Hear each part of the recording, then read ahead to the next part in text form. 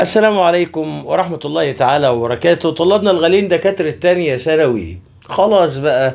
دخلنا على آخر درس في المنهج، الجاذبية الكونية وقوانين الحركة الدائرية. درس طويل شوية ولكنه درس لذيذ وسهل ويتفهم. الدرس مقسم لثلاث أجزاء. الجزء الأول منه بيتكلم عن قانون الجذب العام. الجزء الثاني بيتكلم عن شدة المجال. الجزء الثالث بيتكلم عن الأقمار الصناعية. زي ما عودتك من أول السنة، هو إن أنا مش بحل، أنا بشرح لك السؤال بالإجابة بالخطوات، خطوة خطوة. يعني بعون الله هتفهم، يعني هتفهم. نسمي الله، بسم الله الرحمن الرحيم، ويلا بينا نبتدي مع أول سؤال. أول سؤال بيقول لك جسمان كتلتيهما 2 كيلوغرام و8 كيلوغرام. الجسمين دول كتلتهم يبقى ام سمول وام كابيتال، ماشي. والبعد بينهما 20 سنتيمتر. البعد بينهما اسمه ار، بس خلي بالك انا مش بستخدم السنتي، بستخدم المتر. لازم تحولها ابسط تحويله، اقسم على 100، تحويله رابعه ابتدائي. 20 على 100 فيها 2 من 10 متر. مدي لك، بيقول لك فاذا علمت ان ثابت الجذب العام اللي هو جي كابيتال فان قوه التجاذب المادي، ده تطبيق مباشر على القانون. هتقول ايه؟ هتقول انه الاف بيساوي جي ام ام على الار تربيع يساوي الجي مديها لك 6 على ما 6 7 في 10 اس سالب 11 في الام كابيتال 8 في الام سمول 2 على الار تربيع. خلي بالك معظم يعني في عيال كتير خالص بتغلط وتنسى التربيع اللي على الار اللي هي 2 من 10 عندك، يعني يبقى 2 من 10. ما تنساش بقى تحط عليها تربيع. اعملهم دول على طول بالآلة الحاسبة، انا عملتهم جاهزين. طلعت معي الناتج 2 67 من 100 في 10 أس سالب 8 نيوتن. السؤال الثاني بيقول لك ايه؟ كرتان لهما نفس الكتلة. لهما نفس الكتلة يعني الام كابيتال بيساوي الام سمول، والبعد بين مركزيهما اللي هي الار سمول بكام؟ باتنين. وقوة التجاذب المادي، قوة التجاذب المادي اللي هي الاف، يعني الاف دي بتساوي كام؟ مديها لك 6 على ما 6 7 في 10 أس سالب 9. طيب فإن كتلة كل من الكروتين بتساوي كام؟ يعني عايز الام كابيتال او الام سمول، ما هما الاثنين اساسا بيساووا بعض. طيب هتعمل ايه؟ هتسمي الله بسم الله الرحمن الرحيم وتكتب قانون الجذب العام اللي هو اف بيساوي جي ام ام على الار تربيع. ماشي. طب ما الام كابيتال هي الام سمول، يعني ممكن ناخد واحده منهم ونربعهم، يعني ونربعها. يعني مثلا ممكن تقول انه الاف بيساوي جي ام سمول تربيع عادي، او جي ام كابيتال تربيع عادي برضو، على مين؟ على الار تربيع. تمام، حلو الكلام. طيب هو عايز ايه بقى؟ هو عايز كتلة احداهما، يعني عايز الام سمول. طب عايز الام سمول، بدل ما هعوض بارقام وادوش نفسي، ايه رايك تعالى نجيب الام سمول في طرف لوحدها، ماشي، علشان نعوض بالارقام كلها. يعني ايه؟ الاف دي مقامها واحد، حلو. تعالى نضرب طرفين في وسطين، يبقى جي ام سمول تربيع بيساوي الاف ار تربيع. انت عايز الام سمول، خلي بالك، يبقى هتقسم على الجي شمال ويمين. يبقى هتقسم هنا على جي وهنا على الجي. الجي هتروح مع الجي، صح الكلام؟ صح الكلام. يعني الام هتساوي اف ار تربيع على ام تربيع دي على الجي. طب انت عايز الام بس لوحدها، الام بس لوحدها يبقى تاخد الجذر، يبقى ام بس لوحدها بتساوي جذر، ايوه، جذر ايه؟ اف ار سمول تربيع على الجي. يلا بقى عوض بارقامك. ادي الجذر اهو، هحط جذر كبير كده، ماشي، وادي شرطة كسر كبيرة. الاف اللي هي ايه؟ مديها لنا في المعطيات 6 على ما 6 7 6 على ما 6 7 في 10 اس سالب 9. طيب الار تربيع، الار باتنين اهي، لما نربعها هتبقى 4، ماشي، على الجي. الجي مديها لك معطى فوق اهو، ثابت الجذب العام، واساسا من كتر حل المسائل هتلاقي نفسك حفظته. 6 على ما 6 7 في 10 اس سالب 11. 6 على ما 6 7 هتروح مع اللي تحتيها. ال 10 اس سالب 11 هتطلع فوق بالموجب. 11 ناقص 9 كام؟ 2 يعني كده بتقول جذر 400. جذر 400 بيساوي 20. يبقى الإجابة 20 كيلو جرام. يبقى كتلة كل كورة بتساوي 20 كيلو جرام، ودي موجودة في الاختيار ب. طيب السؤال الثالث بيقول لك كرتان 8 كتلتيهما 8 كيلو 20 كيلو، يعني دي مثلا دي ام سمول ودي ام كابيتال، ولو خلفتهم عادي برضو ما يجراش حاجة. والبعد بين مركزيهما 2 من 10 متر، يبقى دي الار. واذا كان ثابت الجذب العام هو جي، طب عاوز ايه؟ عاوز قوه التجاذب المتابع. طيب يعني عايز الاف بدلاله الجي. القانون بتاعك اف بيساوي جي ام ام على الار تربيع، يساوي جي الام ام، يعني هتضرب في كام؟ هتضرب ال8 في ال20 على الار تربيع. الار اللي هي 2 من 10، بس هنحط لها تربيع، ماشي؟ 2 من 10 تربيع. طيب هتعمل لي دول كده بالآلة الحاسبة ونشوف ما يساوي كام. شرطة كسر 8 في 20 على 2 من 10 تربيع يساوي، طلعت معايا 4000. يبقى ده بيساوي 4000 وجنبها جي، ما تنساش، يبقى 4000 جي. 4000 جي، والإجابة موجودة فين؟ موجودة في الاختيار ج. طيب خش لنا على السؤال الرابع. السؤال الرابع: في الشكل المقابل كرتان متماثلتان كتلة كل كرة ام، يعني الكرة دي كتلتها ام والكرة دي كتلتها ام، ونصف قطر كل منهما ار. يعني ايه الكلام ده؟ يعني البعد بين المركزين بيساوي كام؟ ار وار 2 ار، يبقى البعد بين المركزين بيساوي 2 ار. عايز قوة التجاذب المادي. قوة التجاذب المادي اللي هي قانون اف بتساوي جي حاصل ضرب الكتلتين، يعني هتضرب ام في ام على مربع المسافة بينهما. المسافة بينهما 2 ار، يبقى تربعها تبقى 4 ار تربيع. يبقى بيساوي عندك فوق في البسط جي ام في ام، هيدي لك ام تربيع على 4 ار تربيع، والإجابة دي موجودة فين؟ موجودة في الاختيار ب. وكده خلصنا السؤال الرابع. خش اللي بقى على السؤال الخامس.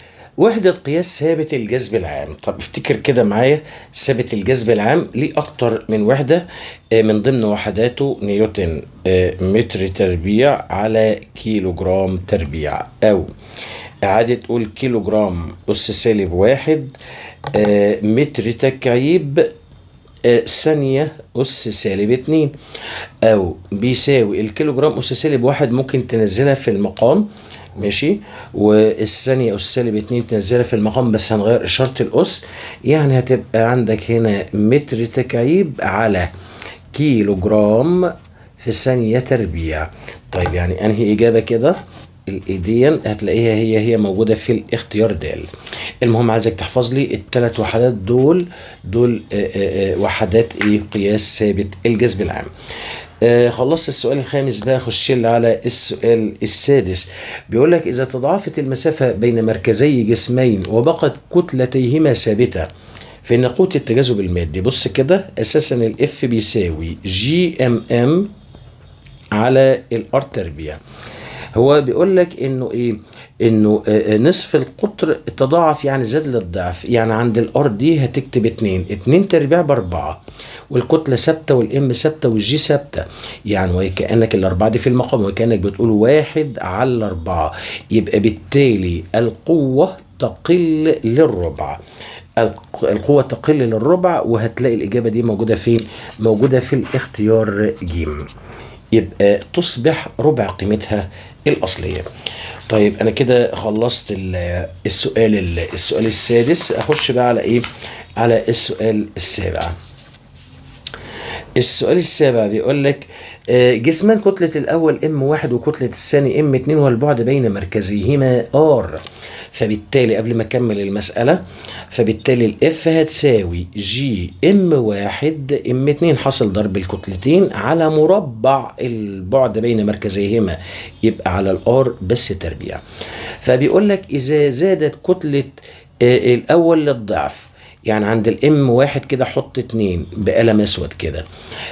وزاد البعد بين مركزيهما للضعف، يعني تشيل الار وتحط 2. طب 2 تربيع ب4. ماشي، يعني وهي كأنك بتقول 2 في البسط على 4 في المقام، فده هيديلك نص. يعني القوة تقل للنصف، القوة تقل للنصف، والإجابة موجودة في الاختيار، في الاختيار جيم. طيب خش لي على السؤال الثامن. السؤال الثامن بيقول لك ايه؟ الشكل المقابل يوضح قمرين صناعيين اكس وواي يدوران حول كوكب، فإذا كان مقدار قوة جذب الكوكب للقمرين متساويين، يعني قوة التجاذب ما بين الكوكب والقمر اكس بيساوي قوة التجاذب ما بين الكوكب والقمر واي. عايز ايه بقى؟ عايز ام اكس على ام واي. صلى على النبي عليه الصلاه والسلام. هفترض ان كتله الكوكب ده هو ام كابيتال، ماشي. طب تعالى لي الاف اكس اللي هي قوه التجاذب بين الكوكب والقمر الصناعي اكس، يبقى هتقول جي ام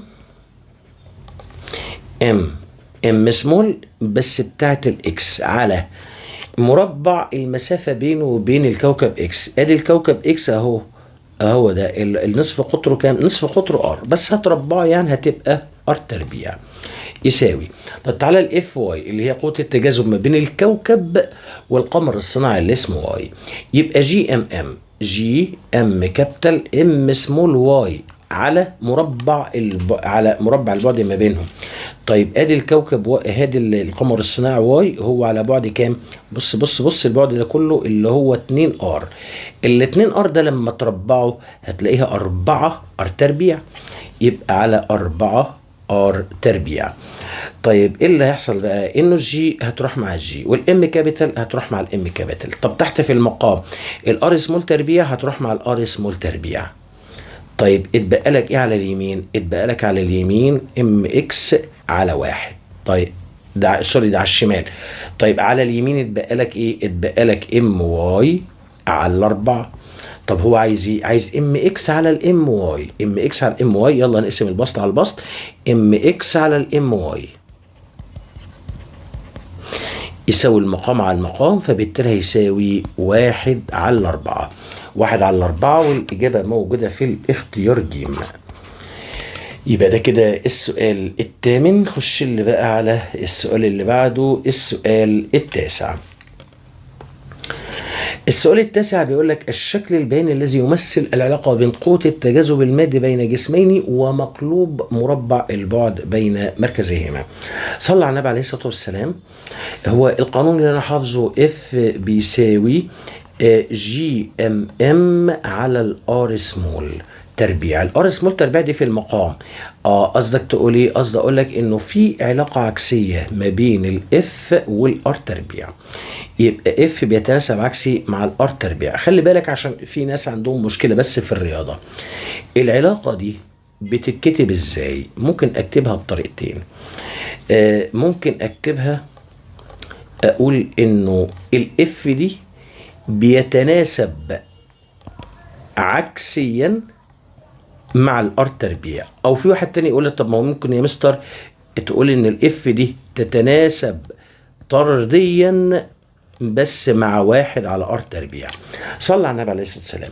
الناس اللي بيقولوا ان الاف بتتناسب عكسيا مع الار تربيع، فلما هتعمل المحاور بتاعتك اف وهنا ار تربيع، ادي الاف اهي وادي الار تربيع كده، ده تناسب عكسي، يبقى هيدي لك منحنى بالمنظر ده. طب الناس اللي بتقول ان الاف بتتناسب طردي مع الواحد على الار تربيع، المحاور بتاعتك لو عملتها كده ادي الاف وادي الواحد على الار تربيع، ده تناسب طردي، يبقى هيدي لك خط مستقيم. طيب انهي اللي موجود؟ الرسمه الاولانيه دي مش موجوده عندك في الاختيارات، فاختار الرسمه الثانيه، هتبقى خط مستقيم بيطلع من نقطه الاصل، يعني الاجابه كده عندك موجوده في الاختيار ب. ده كان السؤال التاسع. خش اللي بقى على مين؟ خش اللي على السؤال العاشر. السؤال العاشر بيقول لك عدة أجسام لها كتل. المهم مديلك علاقة ما بين الإف والإم 1 إم 2. طيب عاوز ايه بقى؟ عايز البعد ار سمول هيساوي كام؟ يبقى هنا هتصلي على النبي عليه الصلاه والسلام، تفتكر بقى القانون تكتبه. ماشي. القانون بتاعنا اللي هو اف بيساوي جي ام ام. لا هو سماهم ام واحد وام اتنين، فخلاص يعني خدوا على قد عقله، ايه المشكله يعني؟ يبقى جي ام واحد ام اتنين على الار تربيع. حلو الكلام، حلو خالص. طيب هو رسم الاف دي على محور الصادات، يبقى حط دايره على الاف وسميها صاد. والام واحد ام اتنين رسمها على محور س، يبقى حط عليهم هما الاتنين دايره واكتب عليهم س. يبقى كده الميل يا جدعان، الميل معامل س، يعني جي على ار تربيع. يبقى انا كده جبت الميل بالرموز. تعالى بقى نجيب الميل بالارقام، ما هي مساله الرسم البياني عشان احلها كويس هجيب الميل مرتين، هجيب الميل مره بالرموز ومره بالارقام وبعدين هنساويهم ببعض. انا كده جبته بالرموز. طب تعالى كده نجيبه بالارقام. الميل هيساوي، هاخد رقم من صاد واقسمه على رقم من س. رقم من صاد اللي هو التلاتة. طب الرقم اللي قصاده من السين 300. تمام، يعني بيساوي 3، بس قطع لسان اللي يقول 3 ويسكت ليه؟ لأن محور الصادات مضروب في 10 أس سالب 9، يعني أي رقم على محور صاد يتضرب في 10 أس سالب 9. حلو الكلام، يبقى 3 في 10 أس سالب 9. طيب والسينات 300 بس. ماشي. طيب أنا والله إيه معايا الآلة الحاسبة وهكتب بقى 3 شرط الكسر، 3 في 10 أس سالب 9 على 300 يساوي، طلعت معايا 1 في 10 أس سالب 11. 1 في 10 أس سالب 11. يلا بقى كده أنا جبت الميل بالأرقام وده الميل بالرموز، هنساويهم ببعض. يعني إيه؟ يعني هتقول إنه جي على ار تربيع بيساوي الرقم ده، يبقى جي على الار تربيع بيساوي الرقم اللي هو 1 في 10 أس سالب 11. طيب هنزل سطر هعوض عن الجي. الجي اللي هي كام؟ ما هو مديها لك على فكرة اهي، وكده كده محفوظة من كتر الحل، اللي هي 6 على 6 7 في 10 أس سالب 11 على الار تربيع يساوي 1 في 10 أس سالب 11. حلو الكلام، حلو خالص. طيب ايه رأيك ما تيجي نضرب طرفين في وسطين، الارقام دي كلها مقامها واحد، وبعدين العشرة أس سالب 11 دي هتروح مع العشرة أس سالب 11 دي. زي الفل زي الفل. طيب يلا كده اضرب طرفين في وسطين. ماشي. يبقى الار تربيع في واحد بار تربيع بيساوي 6 على 6 7 في واحد، وبعدين عايز الار يبقى تاخد الجذر، يبقى الار بيساوي جذر 6 و67 من 100. يلا بينا، جذر 6 و76 من 100 و67 من 100 يساوي 5 58 من 100. طلعت معايا 2 58 من 100، 2 و58 من 100 متر، والإجابة موجودة في الاختيار ب. أنا كده خلصت أول جزء من الدرس. أنا قلت لك إنه درس مقسم ل3 أجزاء. الجزء الأول منه كان بيتكلم عن القانون الجذب العام. الجزء الثاني منه اللي هو شدة مجال الجاذبية. طيب يلا بقى أول سؤال فيه اللي هو السؤال 11. بيقول لك إيه؟ بيقول لك عجلة الجاذبية الأرضية هل ثابت كوني؟ لأ. الثابت الكوني هو الجي كابيتال. الجي كابيتال ده ثابت كوني ما بيتغيرش، اما الجي ده يتغير حسب البعد عن مركز الارض. يبقى ثابت كوني لا، تتغير بتغير كتلة الجسم برضه لا، ولكنه بيختلف حسب الارتفاع عن سطح الارض. ايه ده اللي تختلف باختلاف فصول الساعة؟ ما احنا في حصة جغرافيا يا عم. السؤال 12. السؤال 12 بيقول لك في الشكل المقابل جبل ارتفاعه 5 كيلو متر عند أي النقاط A و B و C و A ولا B ولا C ولا D تكون شدة مجال الجاذبية أقل. شدة مجال الجاذبية اللي هي عجلة الجاذبية الأرضية. ما احنا كل ما بنبعد فوق كل ما بنطلع لفوق عجلة الجاذبية الأرضية بتقل. يبقى أقل حاجة فين؟ عند النقطة A، تبقى الإجابة ألف. طيب السؤال اللي بعده س كام بقى؟ س 13. السين 13 بيقول لك إذا علمت أن نصف قطر كوكب يبقى ده الار كابيتال، وكتلته يبقى ده الام كابيتال، وثابت الجذب العام يبقى ده الجي كابيتال. عاوز ايه؟ عايز قوة الجذب التي يؤثر بها قوة الجذب التي يتأثر بها جسم كتلته 1 كيلو جرام. ما قوة الجذب اللي بتأثر على جسم كتلته 1 كيلو جرام دي عبارة عن شدة المجال، أو هي بتساوي عدديا عجلة الجاذبية الأرضية. يعني وكأنه بيقول لك هات عجلة الجاذبية الأرضية. طيب ما دي مباشرة جدا، يبقى هتقول إنه الجي بيساوي الجي هنا على سطح الأرض، ما هو قايل لك هنا على سطح الكوكب، سوري على سطح الكوكب، يبقى الجسم هو اللي بيساوي جي كابيتال ام على الار كابيتال تربيع، يساوي اقعد بقى بارقامك. الجي اللي هي 6 على 6 7 في 10 أس سالب 11 في الام مدالك 1.9 في 10 أس 27 على الار تربيع. فين الار؟ اللي هو ده، بس ما تنساش تحط التربيع، يبقى تفتح قوس الاول، يبقى 7 و14 من 100 في 10 أس 7. اقفل القوس وحط تربيع بقى على القوس واعملهم كلهم بقى بالآلة الحاسبة. ادي شرطة كسر، يلا 6 على 6 7 في 10 أس سالب 11 في كام؟ في 1.9 في 10 أس 27 على افتح قوس 7 و14 من 100 في 10 أس 7 سهم. اقفل القوس وحط بقى تربيع على القوس وقول يساوي. طلعت معايا 14 و86 من 100. 14 سوري مش 14 24 و86 من 100، يبقى 24 و86 من 100 متر لكل ثانية تربيع. طب يبقى انهي إجابة؟ الإجابة ألف. تمام. طب بس ألف بالنيوتن يا عم ما فيش حاجة، ما هو برضو عايز قوة الجذب، ما قوة الجذب اللي هي عبارة عن شدة المجال، هي ما فرقتش حاجة خالص، لأن هنا بدأ بقوة فبالتالي لازم هينتهي بنيوتن. رقم 2 عايز قيمة عجلة الجاذبية على سطح الكوكب. طب ما هي ما شدة مجال الجاذبية هي عجلة الجاذبية الأرضية، يعني ما نفس الرقم 24 و86 من 100. ده السؤال 13. ادخل بقى على السؤال 14. السؤال 14 بيقول لك كوكب كتلته يبقى ده ام كابيتال، ونصف قطره يبقى دي الار، بس خلي بالك بالكيلو يعني لازم هتضرب في 10 أس 3.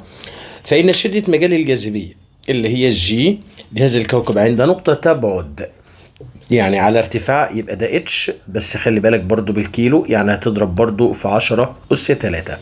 يلا بقى عايز الجي، يبقى هتقول الجي بيساوي جي ام كابيتال على الار سمول تربيع، الار سمول اللي هي ار كابيتال زائد الاتش، يبقى ار كابيتال زائد الاتش الكل تربيع، وتعوض بقى بارقامك. الجي مديها لك فوق اهي وكده كده محفوظه من كتر الحل، 6 على 6 7 في 10 أس سالب 11 في الام اللي هي 5 و98 من 100 في 10 أس 24 على افتح قوس، فتحت القوس الار كابيتال اللي هي 6378 6378 بس ما تنساش تضرب في 10 أس 3 زائد الاتش اللي هي 36000 بس ما تنساش برضو تضرب في كام؟ تضرب في 10 أس 3. اقفل القوس واوعى تنسى التربيع. يساوي بقت حسبة عبارة عن مهارتك في استخدام الآلة الحاسبة. خلي بالك مهارتك في استخدام الآلة الحاسبة ده بينتج من التكرار، يعني من تكرار حلك للمسائل، من كتر حلك للمسائل هتتعود تستخدم الآلة الحاسبة صح. طيب يلا نستخدمها. يبقى شرط الكسر اكتب 6 على 6 7 في 10 أس كام؟ أس سالب 11 سهم يمين في 5 و98 من 100 في 10 أس 24 على افتح قوس 6378 6378 في 10 أس 3 سهم يمين زائد 36,000 في 10 أس 3 سهم يمين اقفل القوس الكل تربيع يساوي. طيب طلعت معايا كام؟ أنا بالآلة الحاسبة طلعت معايا 0.2222 وهكذا. طيب مش موجودة في الاختيارات. طيب لا، هي على فكرة موجودة في الاختيارات. ادي العلامة العشرية اهي. لو العلامة العشرية دي حركتها رقمين جبتها هنا، يبقى حركتها يمين يبقى هضرب في 10 أس سالب، يعني تقدر تقول 22 و2 من 10 في 10 أس سالب 2، والإجابة موجودة في الاختيار ب. ده السؤال 14. خش اللي بقى على السؤال اللي بعده، سؤال 15. بيقول لك الشكل البياني المعبر عن العلاقة بين شدة مجال جاذبية الأرض اللي هي الجي والواحد على ار تربيع. هتختار أنهي شكل؟ طيب افتكر كده معايا العلاقة. الجي بيساوي جي ام على الار تربيع. طيب معنى كده الار تربيع دي في المقام، معنى كده انه الجي بيتناسب عكسي مع الار تكعيب. طيب بص كده، لو رسمت علاقة ما الجي والار تكعيب دي الار تربيع سوري تكعيب ايه، الار تربيع دي علاقة عكسية. اما الجي مع الواحد على ار تربيع يبقى دي علاقة طردية. اصل الحكاية ايه؟ اصل الحكاية انه العلاقة دي ممكن تقراها بطريقتين. ممكن الطريقة الأولى تقول إنه جي يتناسب عكسيا مع الار تربيع، أو ممكن تقول إيه؟ تقول إنه جي بيتناسب طرديا بس مع الواحد على ار تربيع. الناس اللي بتقول جي بيتناسب عكسيا مع الار تربيع، المحاور بتاعتك ادي الجي، المحاور بتاعتك الجي والار تربيع، يبقى المحاور بتاعتك اهي ادي الجي وادي الار تربيع. انت بتقول علاقه عكسيه يبقى تطلع منحنى بالمنظر ده.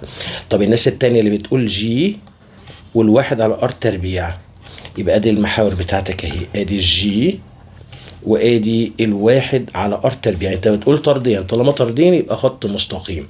طب مين اللي موجود في الرسم؟ اللي موجود في الرسم الرسمه الثانيه دي اللي هي موجوده في الاختيار ب. ده السؤال 15. خش اللي بقى على السؤال اللي بعده. السؤال اللي بعده الشكل البياني الذي يمثل العلاقة بين شدة مجال الجاذبية جي لكل كوكب من كوكب المجموعة الشمسية عند نقطة. يعني عايز العلاقة ما بين الجي والام كابيتال. طيب اللهم صل وسلم وبارك على سيدنا محمد. اساسا الجي بيساوي جي ام على الار كابيت على الار سمول تربيع. الام دي في البسط، طالما في البسط يبقى في تناسب طردي ما بين الجي والام كابيتال. التناسب الطردي بيطلع خط مستقيم بيمر بنقطة الاصل، يعني الاجابة هتبقى في الاختيار ج. طيب خلصت كده سؤال 15. تعالى بقى ندخل على السؤال اللي بعده.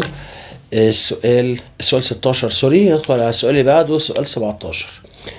بيقول لك إذا تخيلنا أن الأرض بدأت في الانكماش يعني مجرد تخيل، يعني إنه الأرض بدل ما كان حجمها كبير بقى حجمها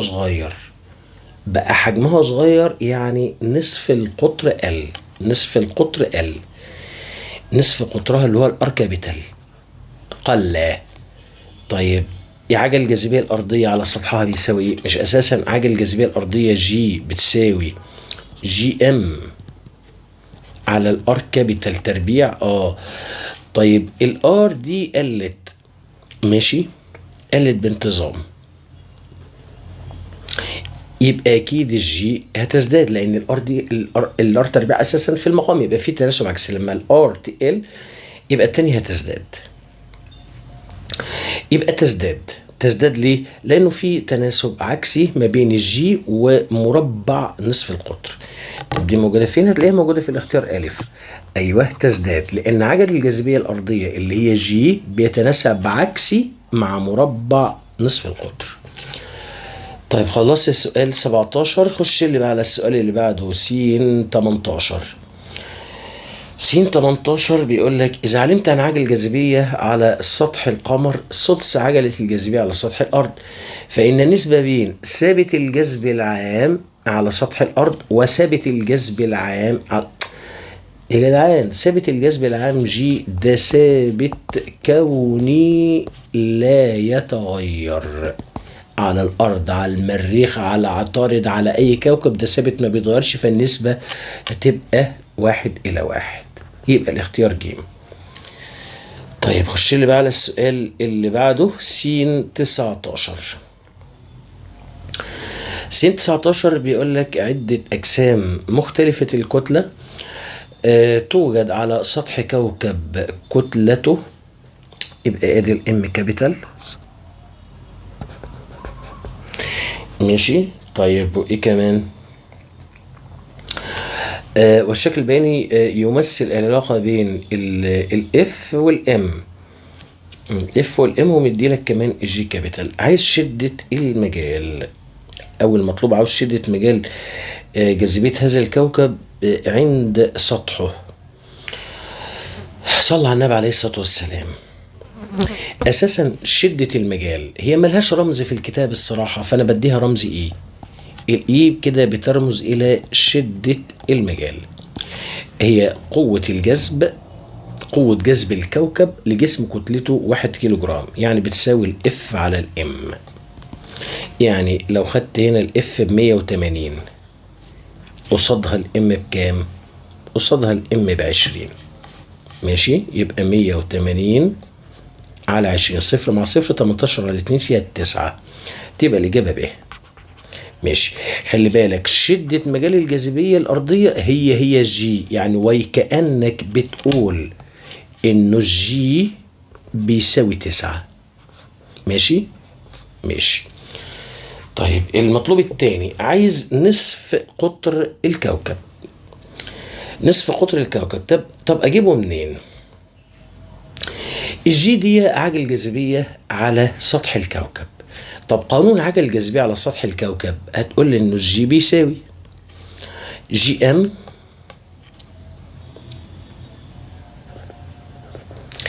على مين؟ على الار تربيع.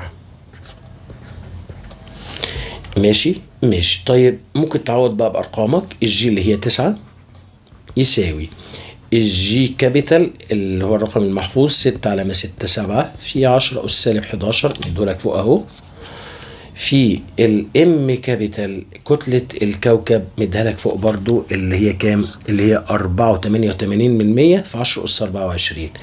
4.88 في 10 أس 24 على الار تربيع. تمام. تمام. طيب لو ضربنا طرفين في وسطين يبقى هتقول ايه؟ هتقول 9 ار تربيع يساوي، ما دي مقامها 1 اصلي، بيساوي الارقام دي كلها 6 على 6 7 في 10 اس سالب 11 في 4.88 في 10 اس 24. طيب هنقسم على التسعة شمال ويمين، هنا هتقسم على 9 وده كله هيتقسم على 9، التسعة تروح مع التسعة، يتبقى لك الار تربيع يساوي، تعالى نعمل الحسبة دي كلها 12 تتكسر 6 على 6 7 في 10 أس سالب 11 سهم يمين في 4.88 في 10 أس 24 على التسعة يساوي طلعت معايا 617 من 1000 في 10 أس 13. عايز الار بس يبقى تاخد الجذر، يبقى الار بس بيساوي، هاخد الجذر ده جذر 617 في 10 أس 13 يساوي، يبقى ده كله هحطه تحت الجذر يساوي طلعت معايا 6013835.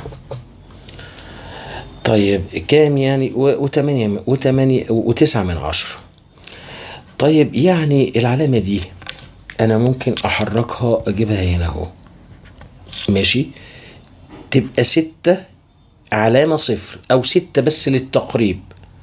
طب حركتها كام رقم؟ رقم 2 3 4 5 6، يبقى 6 وواحد من 100 في 10 أس 6 متر. ماشي، دي اللي طلعت معايا. طيب بس هو مش عايزها بالمتر، عايزها بالكيلومتر. بسيطة، يبقى تحول من المتر للكيلومتر. ما هو أساسا الكيلومتر ده عشان تحوله للمتر هتضرب في 10 أس 3. طب لو عايز العكس من المتر للكيلومتر بقى تضرب في 10 أس سالب 3. يبقى تمسك الرقم ده اللي هو 6 وواحد من 100 هتضربه في 10 أس 6، هتضرب في كام؟ هتضرب في 10 أس سالب 3. ده هيديلك تقريبا 6 وواحد من 100 في 6 وواحد من 100 في 10 أس 3 كيلومتر، يعني تقريبا 6. يبقى 6 في 10 أس 3، 6 في 10 أس 3، والإجابة موجودة فين؟ موجودة في الاختيار ألف. طيب السؤال اللي بعده الشكل البياني. مديلك علاقة ما بين الجي، ماشي، وواحد على ار سمول تربيع. طيب عايز ايه بقى؟ الار اللي هو بعد الجسم عن مركز الكوكب. عايز كتلة الكوكب. طيب صلى على النبي عليه الصلاة والسلام. قانون إعاجة الجاذبية هتقول جي بيساوي جي ام على ار سمول تربيع. تمام. هو رسم الجي على محور الصادات، حط داير عليه واكتب صاد. وواحد على ار سمول تربيع رسم على س. طب فين واحد على ار سمول تربيع؟ في واحد في البسط انت مش شايفه، يبقى واحد على ار سمول تربيع، حط كده عليهم دايره واكتبهم س. تمام. يبقى كده الميل بيساوي ايه؟ الميل بيساوي الجي ام. يبقى انا كده جبت الميل بالرموز. ما انا عشان احل مساله رسم بياني بجيب الميل مرتين، بجيبه مره بالرموز ومره بالارقام وبعدين بساويهم ببعض. انا كده جبت الميل بالرموز، يلا بقى نجيب الميل بالارقام. الميل بالارقام بيساوي تاخد رقم من صاد واقسمه على رقم من س، يعني الستة دي هقسمها على الواحد ونص، يبقى 6 على واحد ونص. بس قطع لسان اللي يكتب واحد ونص ويسكت. ليه؟ لأن محور السينات ضربها لك هنا في 10 أس سالب 14، يعني أي رقم على محور السينات هيتضرب في 10 أس سالب 14. يعني حضرتك دي مش واحد ونص، لا دي واحد ونص في 10 أس سالب 14. طب بيساوي كام؟ ادي الآلة الحاسبة معايا، شرط الكسر 6 على واحد ونص في 10 أس سالب 14 يساوي، طلعت معايا 4 في 10 أس 14. يبقى أنا كده جبت الميل بالأرقام وجبت بالرموز، هنساويهم ببعض. ماشي، يلا نساويهم ببعض. يعني هتساويهم ببعض يعني إيه؟ يعني هتقول إن الجي إم دي، جي إم دي هتساوي الرقم ده. يبقى جي إم هيساوي 4 في 10 أس 14. طيب على فكرة احنا ممكن نشيل الجي دي، نعوض عنها ازاي؟ ما هو مدينا قيمتها فوق وكده كده هي اساسا محفوظة، اللي هي 6 على 6 7 في 10 أس سالب 11. طب عايز الام تعمل ايه بقى؟ تقسم شمال ويمين على الرقم اللي جنب الام. يعني هتقسم هنا على 6 على 6 7 في 10 أس سالب 11، وهنا تقسم على نفس الرقم 6 على 6 7 في 10 أس سالب 11. دي مع دي ودي مع دي هيتبقى لك على الطرف الأيمن، على الطرف الأيسر ام كابيتال بس يساوي. طب والطرف الأيمن تروح عامل دول بالآلة الحاسبة، يلا شرط الكسر 4 في 10 أس 14 على 6 على 6 7 في 10 أس سالب 11 يساوي، طلعت معايا 5 99 من 100 وكمان في 7 في 10 أس 24. 5 99 من 100 أنا ممكن تقربها تقول 6، يعني 6 في 10 أس 24 كيلو جرام. والإجابة موجودة فين؟ موجودة في الاختيار د.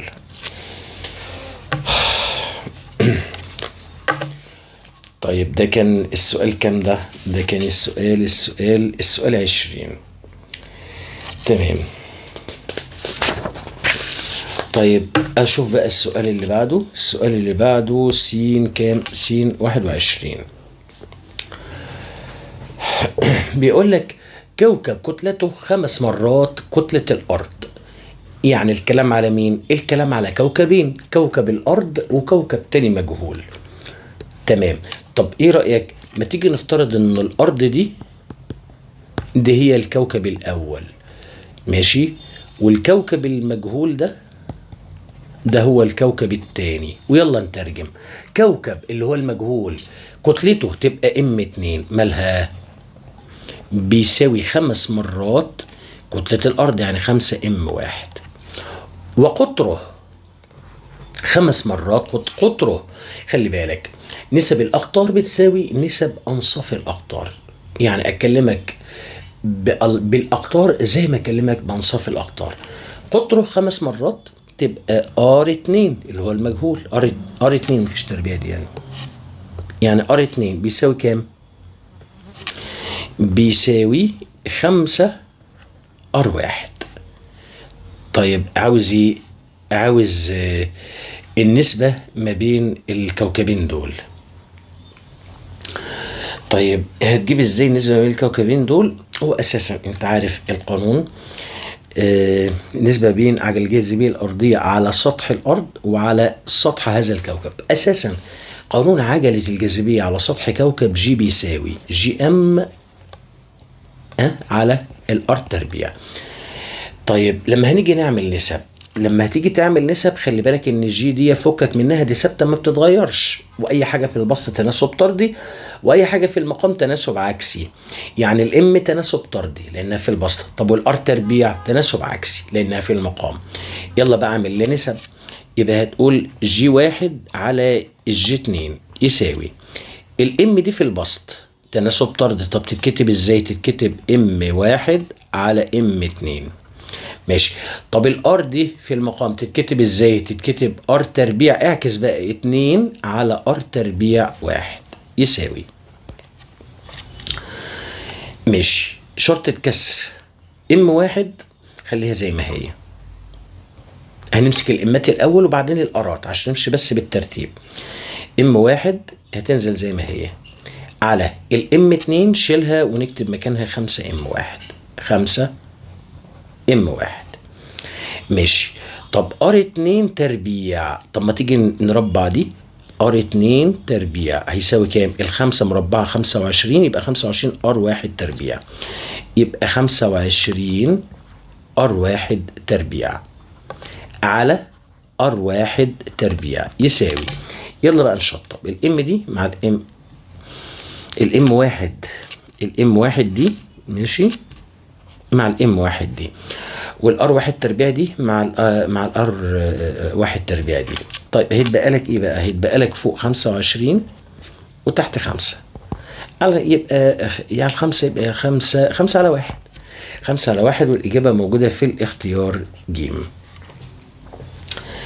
طيب السؤال المطلوب الثاني عايز النسبة بين وزن جسم عند سطح الأرض ووزنه على سطح الكوكب. طب ما هو نسب الأوزان بيساوي نسب الجهات. يعني إيه؟ يعني النسبة ما بين وزن الجسم على سطح الأرض، خلي بالك أنا اديت رمز الوزن دبليو، اختصار كلمة ويت، وعاد اكتبها اف جي، بس أنا بستسهل، يعني خلينا نستسهل ونكتب رمز الوزن دبليو، يبقى دبليو 1 على الدبليو 2. نسب الأوزان بتساوي نسب الجهات، يعني بيساوي الجي 1 على الجي 2 اللي احنا طلعناها 5 على 1. تبقى الإجابة برضو الاختيار ج. طب خلاص السؤال أنا 21، خش اللي بقى على السؤال اللي بعده س 22.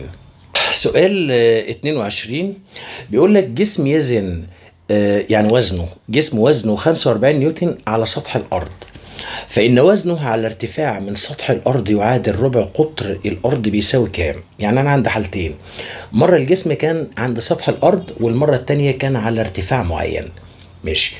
طيب لما كان عند سطح الأرض كان ساعتها وزنه 45، فهكتب الوزن، رمز الوزن المرة دي هديله رمز دبليو اختصار لكلمة ويت، او ممكن اف جي برضه، يبقى دبليو واحد ب45.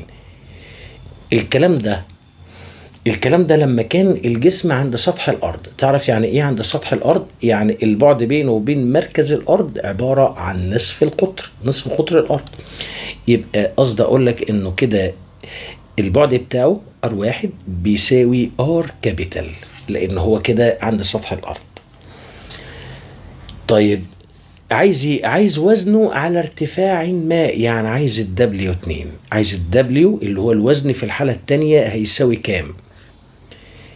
الكلام ده لما يكون ارتفاعه اللي هو الاتش، انا بترجم على ارتفاع من سطح الارض، يعادل يعني يساوي ربع قطر الارض، نصف قطر الارض اللي هو ار، يبقى قطر الارض 2. يعني اتش بيساوي ربع القطر اللي هو 2 ار. يعني كده ربع في 2 بنص، يعني الاتش بيساوي نص ار. تمام. طيب يبقى كده الار بعده، البعد هنا في الحالة التانية لما يكون على ارتفاع معين هسميها ار2. ما هو الار واحد اديت رمز ار واحد لما كان في الحالة الأولى كان الجسم عند سطح الأرض. الار2 لما يكون على ارتفاع معين بيساوي ايه؟ بيساوي الار زائد الاتش. تمام. الار زائد الاتش يبقى ار زائد الاتش اللي هي ايه؟ اللي هي نص ار. ار ونص ار بواحد ونص ار، احطها في المعطيات هنا، يبقى ار 2 هيساوي واحد ونص ار. طيب يلا بقى حل. ابتدي منين الحكاية؟ صلى على النبي عليه الصلاة والسلام. الحكاية هتبتدي من قانون عجلة الجاذبية الأرضية.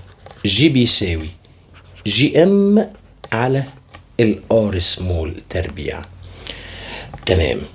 طب الجي ثابتة، ماشي، والام كمان ثابته، فكك منهم ما بيتغيروش. مين اللي بيتغير؟ الار تربيع، وفي المقام يعني تناسب عكسي. فانت لما هتعمل نسب هتقول انه الجي واحد على الجي 2 بيساوي ايه بقى؟ بيساوي ار 2 تربيع، يعكس عشان ده تناسب عكسي، او ار تربيع 2 على ار تربيع 1. وخلي بالك ان نسب الجهات هي بتساوي نسب الاوزان، يعني برضو ده بيساوي دبليو واحد على الدبليو 2. يلا بقى تعالى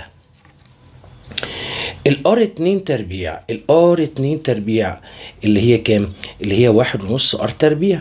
ما هي الار 2 اهي، تعالى نربعها، يبقى ار 2 يساوي واحد ونص تربيع اهي، الآلة الحاسبة واحد ونص تربيع يساوي 9 على 4، يعني 2.25%. خلي بالك انا بربع المعادلة دي، يبقى 2 وربع ار تربيع. ماشي. يلا يبقى تشيل الار 2 تربيع وحط مكانها ده كله 2 وربع ار تربيع على ار 1 تربيع. ار 1 اللي هو بار، يبقى هنربعها، يبقى ار تربيع يساوي، طبعا الار تربيع دي هتروح مع الار كابيتال تربيع دي، يتبقى لك ايه؟ يتبقى لك 2 وربع على 1. انزل سطر. مش لما هنزل سطر الدبليو واحد، الدبليو واحد ب45 على الدبليو 2، ده كله بيساوي 2 وربع على 1. طيب طرفين في وسطين، يبقى 2 وربع دبليو 2 بيساوي 45. عايز الدبليو 2 يبقى هقسم على 2 وربع شمال ويمين، يبقى هقسم على 2 وربع، وهنا برضو هقسم على 2 وربع. ال 2 وربع دي هتروح مع ال 2 وربع، يبقى الدبليو 2 يساوي، تعالى نقسم دي على دي، 45 على 2 وربع يساوي، طلعت معايا 20، يبقى 20 نيوتن. والإجابة موجودة في الاختيار ألف. ده كان سؤال 22، سؤال جامد شوية. تعال نشوف السؤال اللي بعده، س 23. بيقول لك ايه؟ اذا كان شدة مجال الجاذبية الارضية، ما تفلقناش بقى، ما شدة مجال الجاذبية الارضية هي عجل الجاذبية الارضية عند مدار قمر صناعي، يعني عجل الجاذبية الارضية فوق، بكام؟ ب2.5. طيب تعالى نسمي دي الجي واحد. فإن المسافة بين القمر الصناعي وسطح الأرض الاتش هتساوي كام؟ حيث الار كابيتال نصف قطر الارض، وشدة مجال الجاذبية عند سطح الارض بكام؟ ب10. يبقى تعالى نسمي دي الجي واحد. يعني انا عندي حالتين، مديني عجلة الجاذبية فوق وعجلة الجاذبية تحت عند سطح الارض. حلو الكلام، حلو الكلام. طب ما ايه رأيك ابتدي منين الحكاية؟ ابتدي من الحكاية من قانون عجلة الجاذبية الارضية. الجي بيساوي جي ام على ار سمول تربيع. ماشي. طيب الجي ثابته. ماشي. الجي ثابته ما بتتغيرش، وكتله الارض ثابته ما بتتغيرش. الار تربيع سمول دي في المقام، يعني تناسب عكسي. فانت لما هتيجي تعمل نسب هتقول ايه؟ هتقول جي واحد على الجي اتنين بيساوي كام؟ اعكس بقى ار تربيع 2 على ار تربيع 1، لان ده تناسب عكسي. حلو الكلام، حلو الكلام. طيب انزل سطر كمان وعوض. الجي واحد بكام؟ ب2.4، 2.5 عفوا، على الجي واحد ب10 يساوي ار 2 تربيع. الار 2 اللي هي ايه دي بقى؟ الار 2 اللي هي لما كانت عجلة الجاذبية عند سطح الارض، عند سطح الارض، فكده البعد عن مركز الارض بيساوي ار كابيتال، بيساوي نصف قطر الارض. فكده قصدي اقول لك انه الار 2 بتساوي ار. ماشي. طب والار واحد؟ لا، الار واحد دي فوق لما عند مدار القمر الصناعي، فكده البعد عن مركز الارض بيساوي ار كابيتال زائد الاتش. ار كابيتال زائد الاتش. يلا بقى عوض بيهم. يبقى الار 2 بار كابيتال بس تربيع. طب والار واحد؟ بار زائد اتش، اوعى تنسى الكل تربيع. ماشي. طيب وفيها حاجة لما ننزل سطر؟ ما فيهاش حاجة. 2.5 على 10 لو عملتهم بالآلة الحاسبة هتدي لك ربع، يبقى ربع بيساوي ار تربيع على ار زائد اتش الكل تربيع. طب وايه رأيك لو قلت لك بأخذ جذر الطرفين؟ بأخذ جذر الطرفين. لما تاخد جذر الطرفين يبقى الربع ده لما تاخد جذره هيبقى نص، يساوي هتاخد جذر الطرف اليمين في البسط هتبقى ار بس، وفي المقام هيبقى ار زائد اتش. حلو الكلام، حلو الكلام. طب ايه رايك ما نضرب طرفين في وسطين؟ يعني الاتنين دي هتضرب في الار، يبقى 2 ار يساوي، يلا الواحد هيتضرب في الار زائد اتش يبقى ار زائد اتش، ودي الار الناحيه التانيه بالسالب يبقى 2 ار ناقص ار هيساوي اتش. 2 ار ناقص ار يعني ار بس، يبقى ار يساوي الاتش. يعني الاتش بتساوي الار يا جدعان، يعني الاتش بتساوي الار. هو اساسا في المساله عاوز الاتش، في المساله عاوز الاتش، لان هو عايز المسافه بين القمر الصناعي وسطح الارض. يعني عايز ايه؟ عايز الاتش. فالاتش طلعت معانا بكام؟ الاتش بتساوي الار. يبقى الاختيار ب. تمام كده اهو. الاتش اهي، الاتش بتساوي الار. طيب خلصنا بقى سؤال 23. خش لي بقى على السؤال 24. بيقول لك كوكب كتلته 4 أمثال كتلة الأرض وقطره ضعف قطر الأرض. يعني الكلام على مين؟ الكلام على كوكبين، كوكب الأرض وكوكب تاني مجهول. فإيه رأيك تعالى نسمي الأرض دي الكوكب الأول. طيب والكوكب المجهول ده الكوكب الثاني، ونترجم المسألة. كوكب اللي هو المجهول كتلته تبقى ام كابيتال بتساوي 4 أمثال ام كابيتال 2 عشان المجهول بيساوي 4 أمثال كتلة الأرض، يعني بيساوي 4 ام واحد. وقطره ضعف قطر الأرض. أكلمك بالأقطار زي ما بكلمك بأنصاف الأقطار. ماشي؟ ما هو قطره ضعف قطر الأرض دي معناها إن نصف قطره ضعف نصف قطر الأرض. يبقى نصف قطره اللي هو R2 المجهول بيساوي ضعف نصف قطر الأرض اللي هو R1. ماشي. طيب فإذا كان وزن الجسم على سطح الأرض، الوزن اللي هو رمزه W أسميها W على سطح الأرض، يبقى W1 بكام؟ ب150. فإن وزن هذا الجسم على سطح الكوكب، يعني عايز W2 هتساوي كام؟ صلى على النبي عليه الصلاة والسلام. هبتدي منين الحكاية؟ هبتدي الحكاية من القانون اللي أنا حافظه بتاع الجاذبية الأرضية G.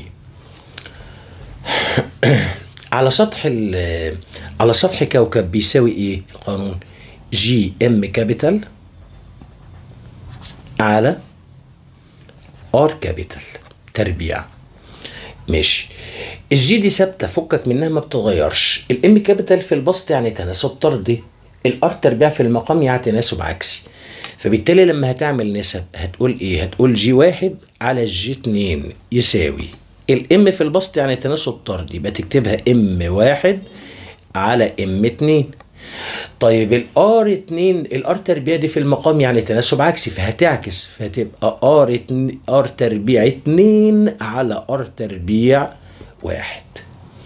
وخلي بالك نسب الجهات بتساوي نسب الاوزان، يعني الجي 1 على الجي 2 هي بتساوي دبليو 1 على دبليو 2 يساوي. تعال بقى نعوض. نمسك الامات الاول وبعدين الارات. ام 1 ملهاش حاجه في الهامش، خليها زي ما هي، يبقى ادي الام 1. طب تحتها ام 2 هنشيلها ونكتب مكانها 4 ام 1. 4 ام 1. ماشي. خش لي بقى على الارات. ار تربيع 2 هي موجوده، بص في الهامش. ار 2 بيساوي 2 ار 1. تعالى كده نربعها، يبقى ار تربيع 2 يساوي الاتنين تربيعها 4، يبقى 4 ار 1 تربيع. يبقى هنكتب كده 4 ار تربيع 1. طب وتحت ار تربيع 1 يساوي. طب ما هو الام 1 هنا مع الام 1 هنا، والار ديت والار تربيع 1 مع الار تربيع 1. ماشي. والاربعه مع الاربعه فهتدي لك نسبه 1 ل1. انزل لي سطر. الدبليو 1 بكام؟ ب50 في الهامش، 150. يبقى 150 على دبليو 2 بيساوي 1 على 1. طرفين في وسطين هتلاقي انه الدبليو 2 برضو بيساوي 150 نيوتن. والاجابه موجوده في الاختيار ب.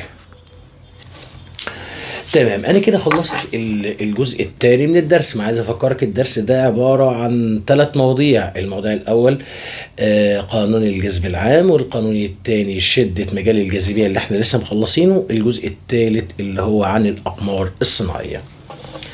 اول سؤال فيها السؤال 25. بيقول لك تتوقف السرعه المداريه لقمر يدور حول الارض. السرعة المدارية بتتوقف على ايه؟ اساس القانون بتاعها في بيساوي جذر جي ام على الار، يعني بتتوقف على كتلة الكوكب والبعد عن مركز الكوكب. تبقى الاجابة د، كتلة الكوكب والبعد عن مركز الكوكب، او البعد بين مركز القمر الصناعي والكوكب. مش السؤال اللي بعده س 26.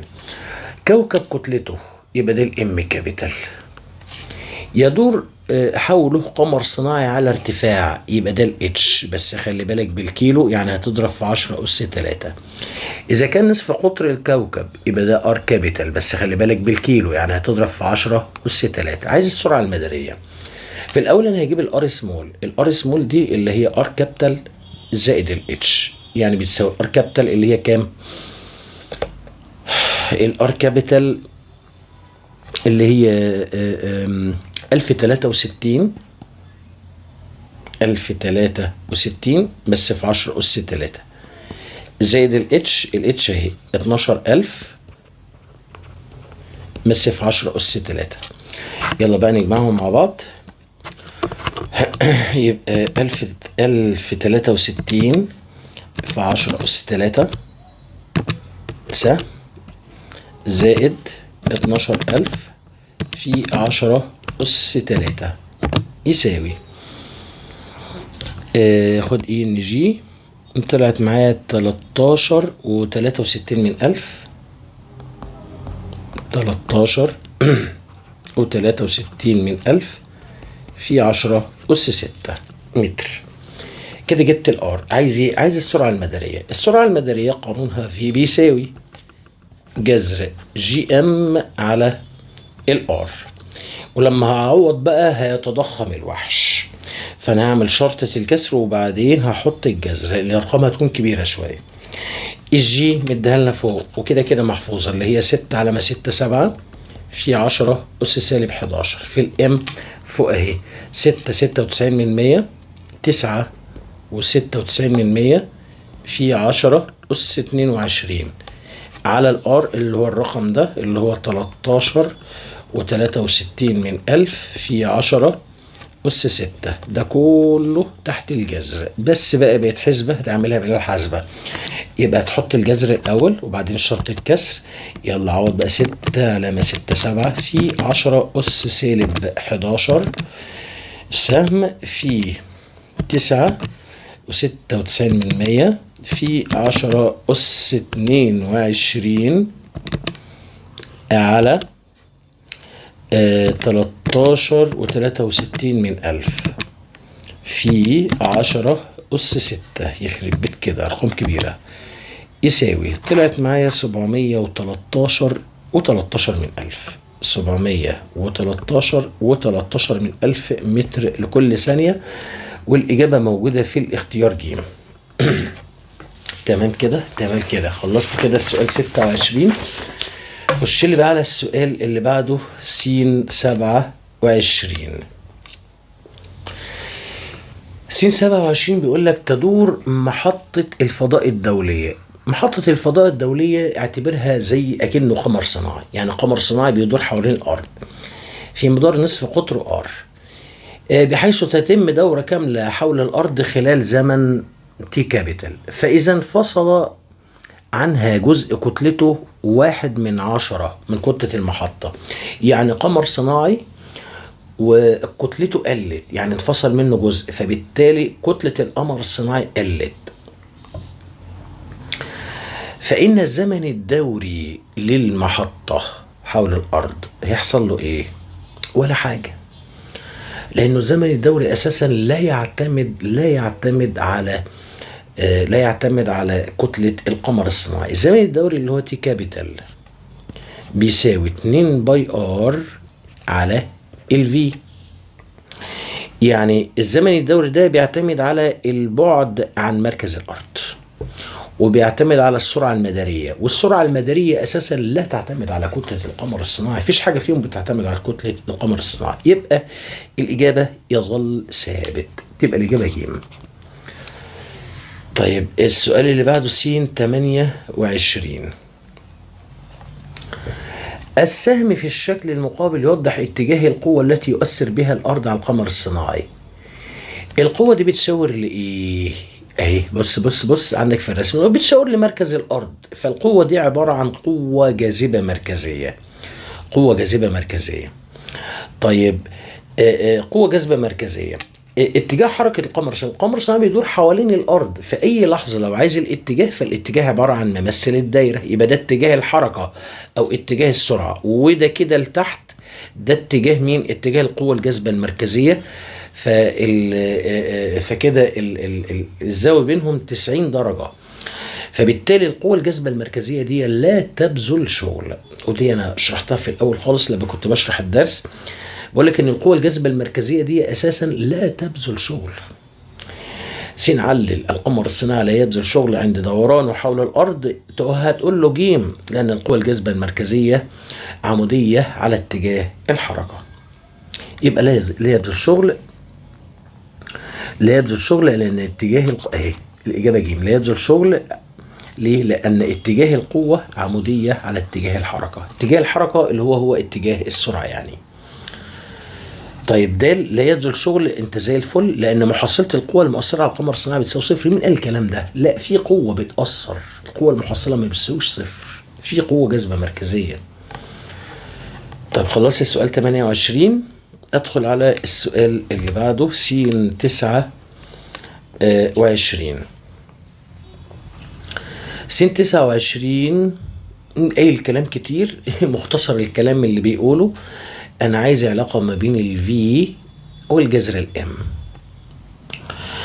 الفي وجذر الام. الفي اللي هي السرعة المدارية. طب يا جدعان انا والله مش حافظ غير قانون. في بيساوي جذر جي ام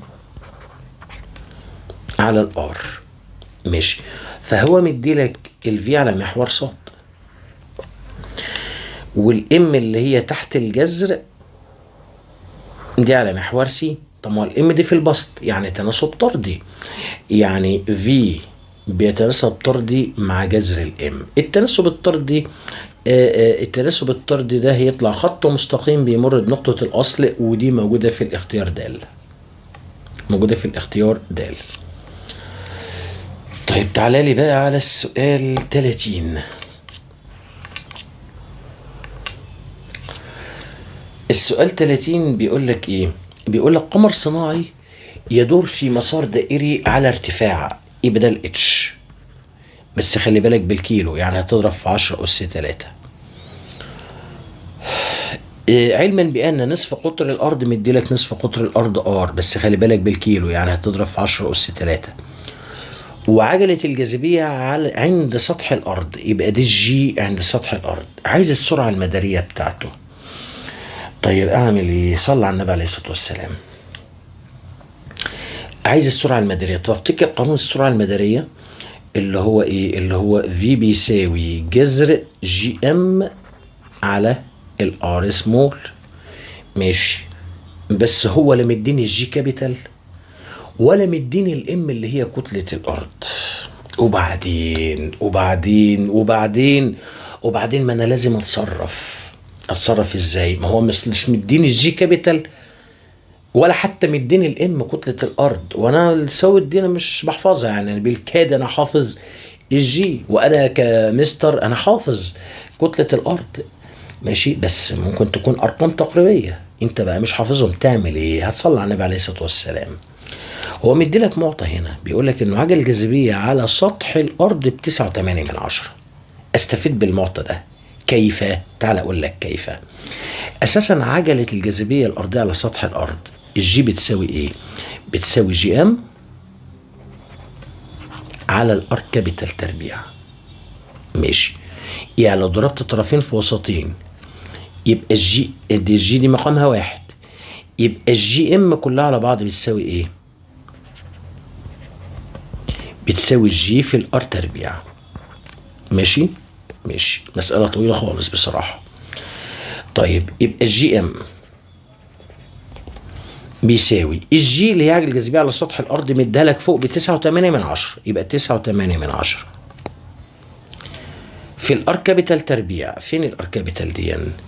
اهي اللي هي 6000 اهي. بص 6378.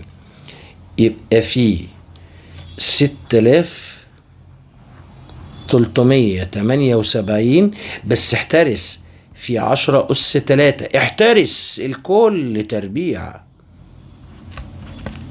ليه؟ لأن الار كابيتال دي عليها تربيع. يبقى اعملهم بالآلة الحاسبة. ماشي. يبقى 9.8 في افتح قوس 6378 في 10 أس 3. اقفل القوس. قفلت القوس الكل تربيع يساوي.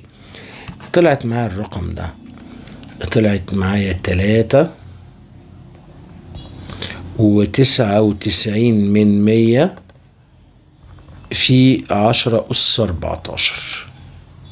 ماشي. خلاص مع الحتة دي هي اللي كانت مضايقاني، والحمد لله جبت الجيم كلها على بعض. ازاي يا مستر انا تهت؟ لا مش عايزك تتوه يا غالي. هو مش عايز الفي؟ طيب ما هو ادي الفي، قانون الفي اهو. تعالى نكتبها تاني هنا. الفي بتساوي جذر جي ام على الار سمول تربيع يساوي. طب يا مستر ما انا ما عنديش الجي، يخرب بيتك يا دي، انت عندك الجي ام كلها على بعض اللي هو بالرقم ده. صباح الفل. ماشي، يبقى 3، هحط الجذر في الاخر انا بعدين. يبقى 3 99 في 10 أس 14 على ار سمول. انا غلطت وكتبت تربيع، هي ار سمول بس، يبقى على الار سمول دي اجيبها ازاي؟ اساسا الار سمول فوق كده بيساوي ار كابيتال زائد الاتش. الار كابيتال انا هحسبها بس عشان احطها تحت في المقام. الار كابيتال اللي هي 6378 في 10 اس 3 زائد الاتش اللي هي 300 كيلو، يعني 300 في 10 اس 3. تعال اعملهم بالاله الحاسبه. 6378 في 10 أس 3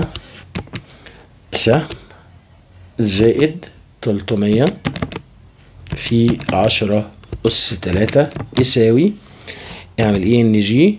طلعت معايا 6 وكام؟ 6 و678 من 1000 في 10 أس 6.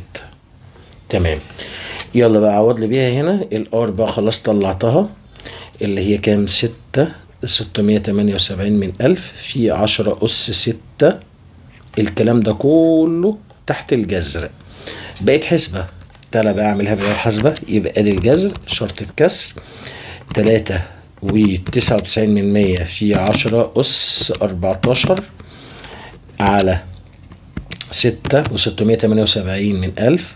678 من 1000 في 10 أس 6 يساوي، طلعت معايا كام؟ طلعت معايا بالرقم ده 7729 من 1000. 7729 من 1000 و7 من 10. طيب يعني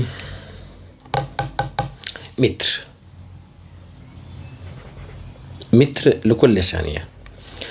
طيب مفيش في الاختيارات. طب ما في اعمل ان جي. طيب والله طلعت معايا بالاي ان جي، بزرار الان جي طلعت 7 و73 7 و73 من او 7 و7 من 10، يعني 7 و7 من 10 في 10 أس 3.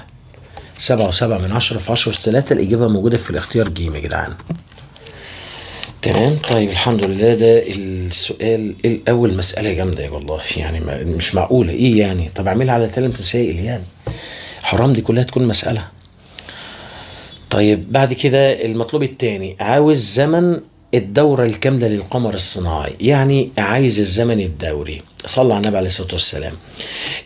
الزمن الدوري تي كابيتال بيساوي 2 باي ار على الفي، يعني بيساوي 2 الباي اللي هي 3 و14 من 100 في الار اللي هو الرقم ده اللي فوق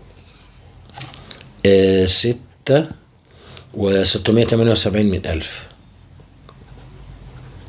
في 10 أس 6 على الفي. فين الفي؟ الفي اللي احنا جايبينه واخترناه هنا اللي هو ده 7 و7 من 10 في 10 أس 3.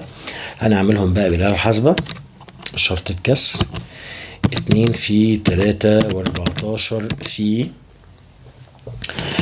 6 و678 من 1000. 678 من 1000 في 10 أس 6 على الفي اللي هي 7 و7 من 10 في 10 أس 3 يساوي، اعمل زرار اس دي. طلعت معايا 5446. 5446 ونص. طيب لو عملت ان جي تطلع 45 من 100 او لا 45 من 100 في 10 أس 3. هتبقى الإجابة ج.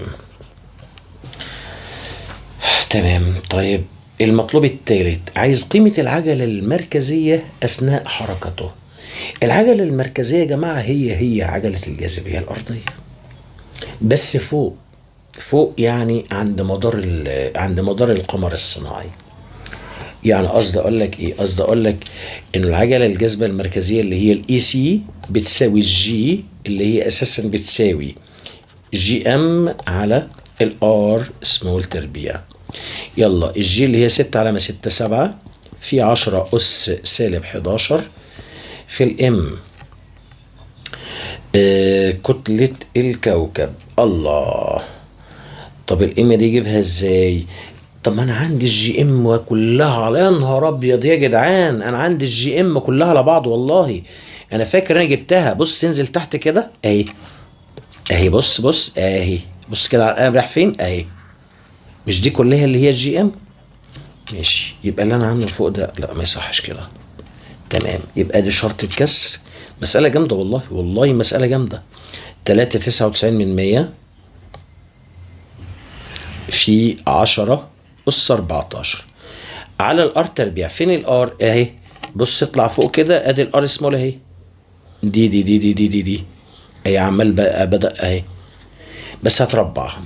يعني 6 علامة 678 في 10 أس 6 الكل تربيع.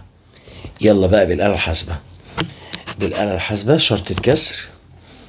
3 علامة 99 في 10 أس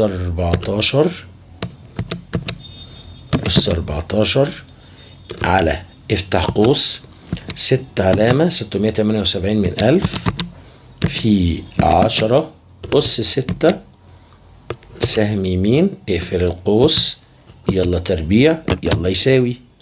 طلعت 8.9، ودي موجودة في الاختيار د، ومسألة فظيعة والله، مسألة فظيعة مش كده يعني. يعني الرحمة حلوة. ده كان السؤال 30. خش اللي بقى على السؤال اللي بعده، س 31.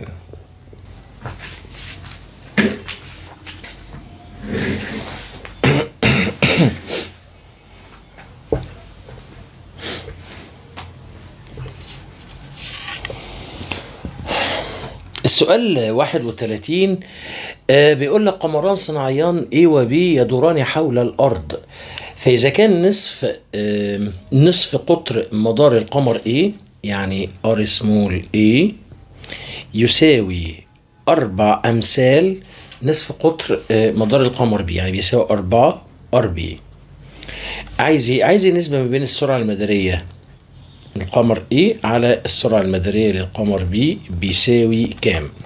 صلى على النبي عليه الصلاة والسلام. هو قانون واحد اللي انا حافظه، واكتر من قانون بصراحة، بس اهم قانون فيهم اللي هو ال V بيساوي جذر جي ام على الار سمول.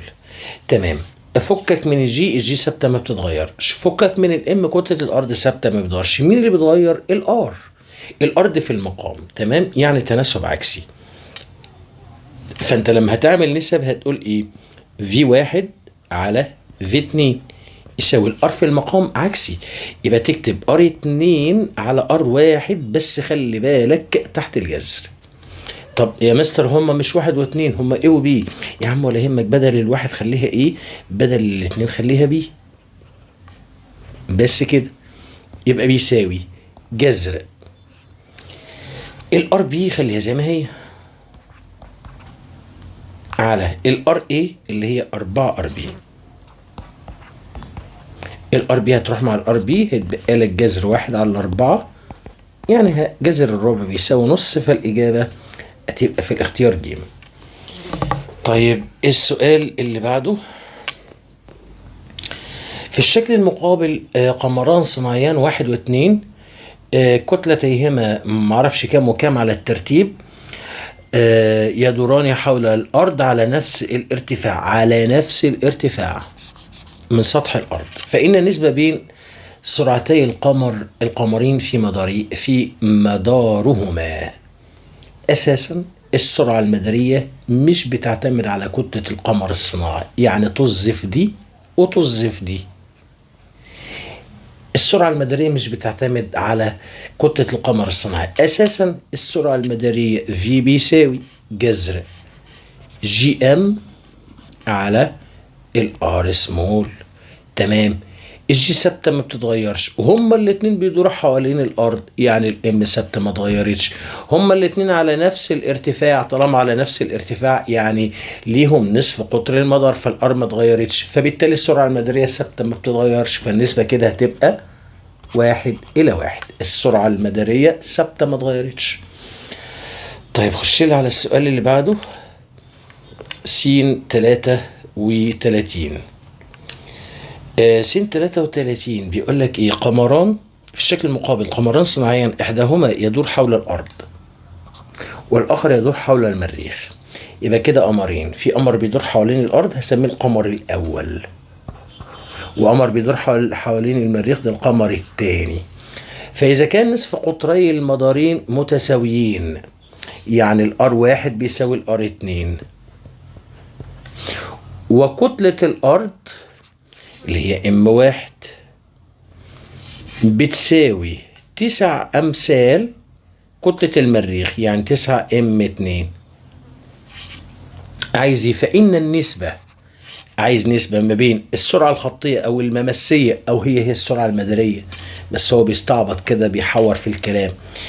للقمر الذي يدور حول الأرض، يعني عايز النسبة V1 على V2 هتساوي كام؟ صلى على النبي عليه الصلاة والسلام. بص كده، أساسا السرعة المدارية القانون بتاعها V بيساوي جذر GM على R تربيع.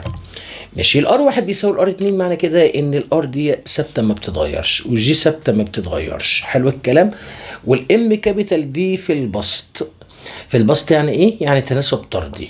فلما هتعمل نسب هتقول في واحد على في اتنين هتساوي، يلا، ام واحد على ام اتنين، بس خلي بالك الام اساسا تحت الجذر، يعني ده كله هتكتبهم تحت الجذر، يساوي ادي الجذر، شيل بقى ام، ادي شرطة الكسر، شيل بقى ام واحد تكتب مكانها 9 ام 2، 9 ام 2 على الام 2.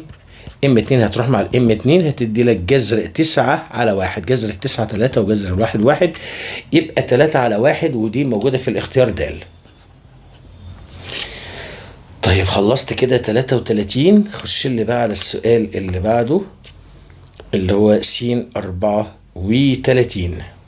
سؤال 34 بيقول لك كوكبان A و B يدور حول كل منهما مجموعة من الأقمار الصناعية، ويقول لك باختصار بيدي لك علاقة ما بين الفي تربيع والواحد على R. عاوز ايه؟ عاوز النسبة بين كتلتي الكوكبين. طيب ابتدي منين الحكاية وانا حافظ اهم قانون فيهم اللي هو قانون السرعة المدارية، اللي هو ايه؟ اللي هو في تربيع، في بيساوي جذر جي ام على الار سمول.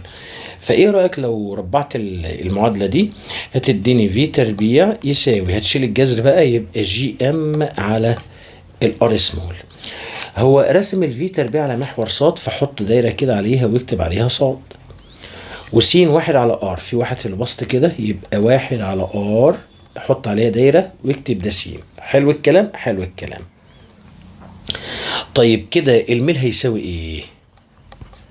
الميل هيساوي معامل س، يعني الجي ام، يبقى الميل بيساوي الجي ام، واساسا الميل بيساوي تان سيتا، الميل بيساوي تان سيتا لان هنا مديلك زوايا. تمام. اشتغل بقى على المعادله دي. ماشي. يلا بقى هات لي جي ام ايه، جي ام ايه على جي ام بي يساوي، ما هو الجي ام اللي هي التان سيتا يبقى تان، انا بتكلم على الكوكب ايه، الزاويه كام هنا؟ 30، يبقى تان 30 على جي ام بي، الكوكب بي الزاويه كلها على بعض، كلها على بعض ب 60، 30 و30 60، يبقى على تان 60. تمام. طيب بص يا غالي، الجي دي هتروح مع الجي دي، يبقى ام ايه على الام بي بيساوي تان 30 على تان 60، بالآلة الحاسبة هتدي لك تلت. بس كده، ودي هتلاقيها في الاختيار ج. طيب السؤال اللي بعده س 35.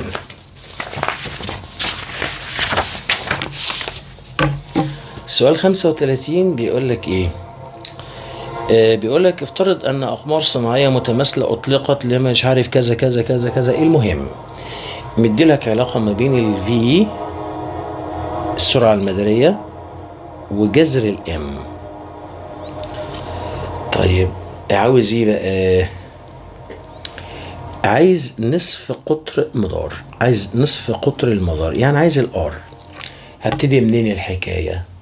المطلوب هو ار سمول بكام يعني. ابتدي منين الحكايه؟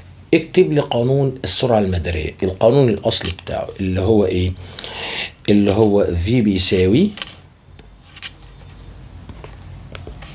جذر جي ام على الار. تمام. هو رسم الفي على محور صاد، فحط دايره كده عليها واكتب صاد، وجذر الام دي على محور س، حط عليها دايره واكتب س. ماشي. طيب انا طبعا في الرسم البياني هجيب الميل مرتين، مره هجيب الميل بالارقام ومره هجيبه بالرموز وبعدين هساويهم ببعض. طب الميل بالرموز، الميل بيساوي معامل س، يعني بيساوي جذر جي على ار. ماشي كده بالرموز. طب تعالى بقى نجيب الميل بالارقام. بالارقام يبقى تاخد رقم من صاد اللي هو العشرة وتقسمه على الرقم اللي قصاده من س اللي هو 25، يبقى بيساوي، خلي بالك محور الصاد ده مضروب في 10 أس 3، يعني أي رقم على محور صاد هتضربه في 10 أس 3. يعني دي مش 10، دي 10 في 10 أس 3. 10 في 10 أس 3 على 25. لا غلطان، ال 25 على محور س، محور السينات مضروب في 10 أس 11، يعني أي رقم على محور س مضروبة في 10 أس 11. يعني دي مش 25، دي 25 في 10 أس 11 في 10 أس 11 يساوي، اعملهم بقى بالآلة الحاسبة عشان الواحد دماغه إيه. 10 في 10 أس 3 على 25 في 10 أس 11 يساوي، طلعت معايا 4 في 10 أس سالب 9. 4 في 10 أس سالب 9. يبقى كده ده الميل بالأرقام وده الميل بالرموز. حلو الكلام، حلو الكلام. يلا بقى هنساوهم ببعض، هنساوهم ببعض يعني ايه؟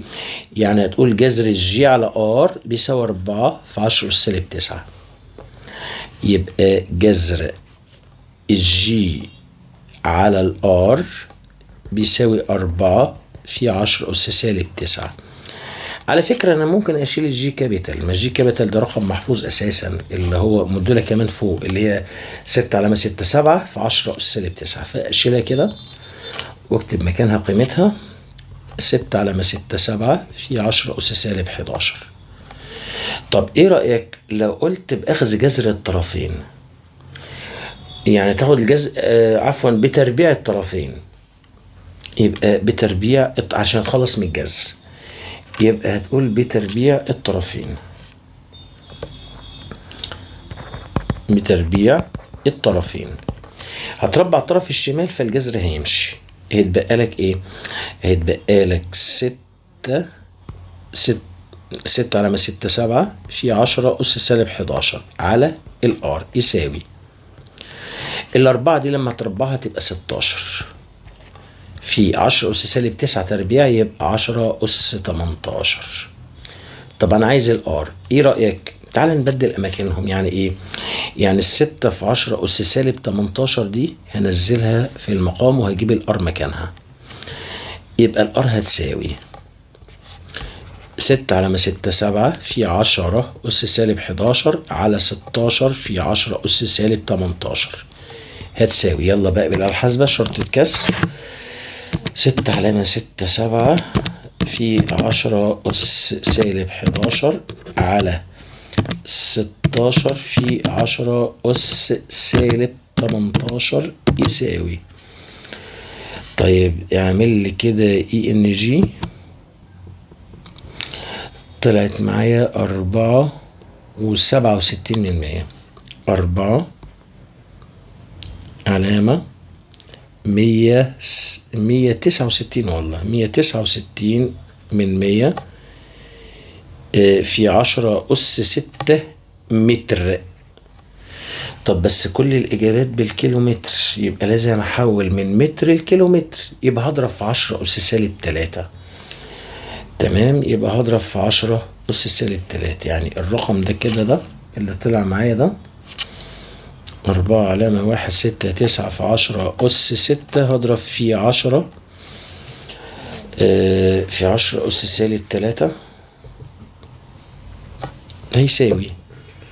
طب ما خلاص، يعني المفروض ده هتبقى كام؟ هتبقى 4.169 في 10 أس-3، بس يبقى هو ده الحل كيلومتر. طب دي موجودة في أنهي اختيار؟ موجودة في الاختيار ب. في الاختيار ب.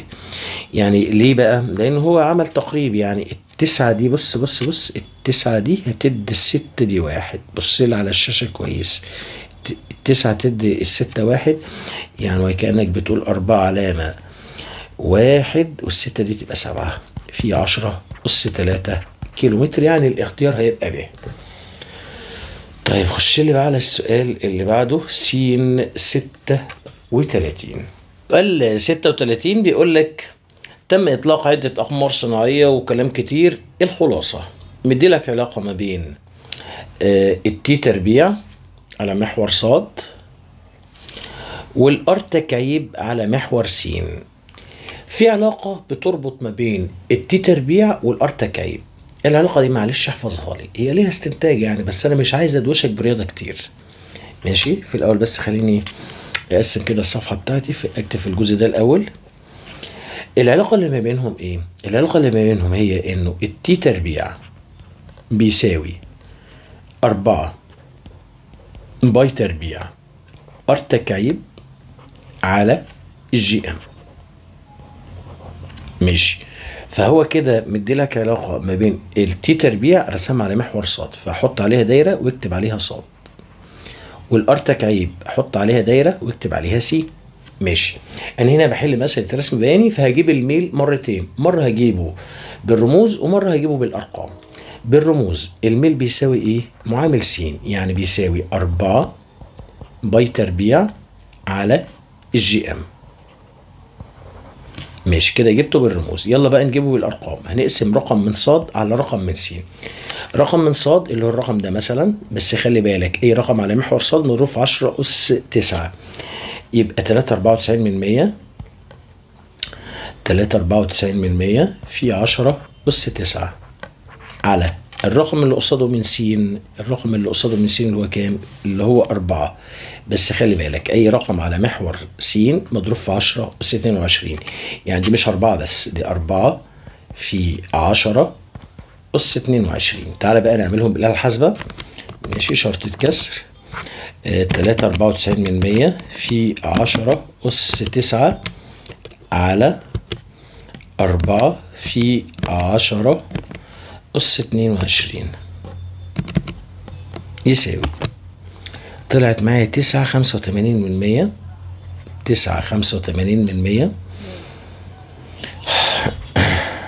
في 10 أس-14. ده كده جبت الميل بالأرقام وجبت بالرموز، وبعد كده هنساويهم ببعض.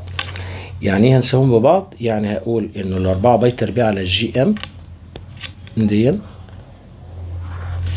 هتساوي الرقم ده. تعالى يلا هنا نساويهم ببعض. خليني بقى اقسم بقى الصفحة. يبقى 4 باي تربيع على الجي ام بيساوي 9.85 في 10 أس-14. ده كله مقام واحد. يلا نضرب طرفين في وسطين، يبقى الأرقام اللي في البسط دي هتضرب في الجي ام، يبقى 9.85 في الجي ام بيساوي كام؟ بيساوي 4 باي تربيع. الباي اللي هي كام؟ اللي هي 3.14 او خليها كده وبعدين اعوض بالارقام مش مشكلة. خليها كده يعني 4 باي تربيع. 4 باي تربيع. طب انا عايز ايه؟ المسألة اساسا طالب مني ايه؟ طالب كتلة الكوكب، يعني عايز الام كابيتال هتساوي كام. طب عايز الام كابيتال يبقى هقسم على الرقم ده اللي هو مضروب في 10 أس سالب 14. أنا نسيت أكتبها. يبقى هقسم شمال ويمين على 9.85 في 10 أس سالب 14 جي، وهنا برضو أقسم على نفس الأرقام على 9.85 في 10 أس سالب 14 جي. طيب يلا، دي مع دي، والعشر أس سالب 14 مع العشر أس سالب 14، والجي هتروح مع الجي. ماشي. بقيت عندي الام بس، بقيت عندي الام بس على الطرف الشمال. يبقى ام بس على الطرف الشمال هتساوي 4 باي تربيع. الباي اللي هي 3.14 بس تربيع على 9.85 في 10 أس سالب 14 في الجي اللي هي الرقم المحفوظ اللي هو 6.67 في 10 أس سالب 11. بقت حسبة. يلا نعملها بالآلة الحاسبة.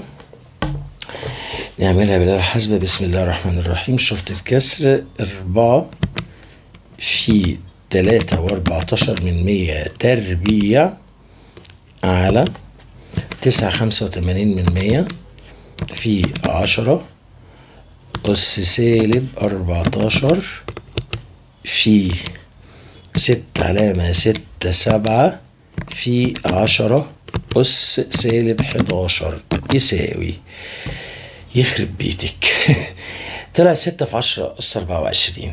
6 كده وجنبها صفر كتير ملهاش لازمة، يبقى 6 في 10 أس 24 كيلو جرام. فأنهي اختيار دي؟ في اختيار دي.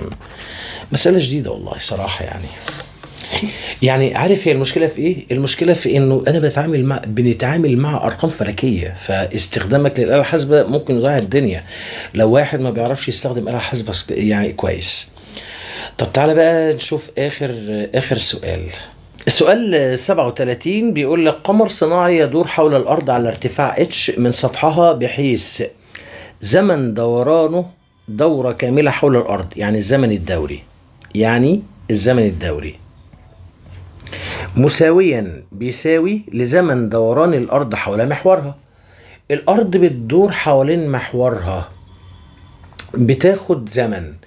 الزمن ده اللي هو زمن اليوم اللي احنا خدناه في اول حصة فيزياء، اللي هو عدد الثواني في اليوم، فاكر؟ اللي هو 86,400 ثانية. يعني الزمن الدوري ده بيساوي 86,400 ثانية، اللي هو زمن دوران الارض حول محورها، بيساوي الزمن الدوري للقمر الصناعي. هو بيقول كده، ومديك معطيات. مديلك علما بان اليوم الارض 24 ساعة طبعا علشان تجيب عدد الثواني في اليوم، ومديك الار كابيتال نصف قطر الارض، ومديك الجي كابيتال اللي هو ثابت الجذب العام، ومديك الام كابيتال اللي هو كتلة الارض.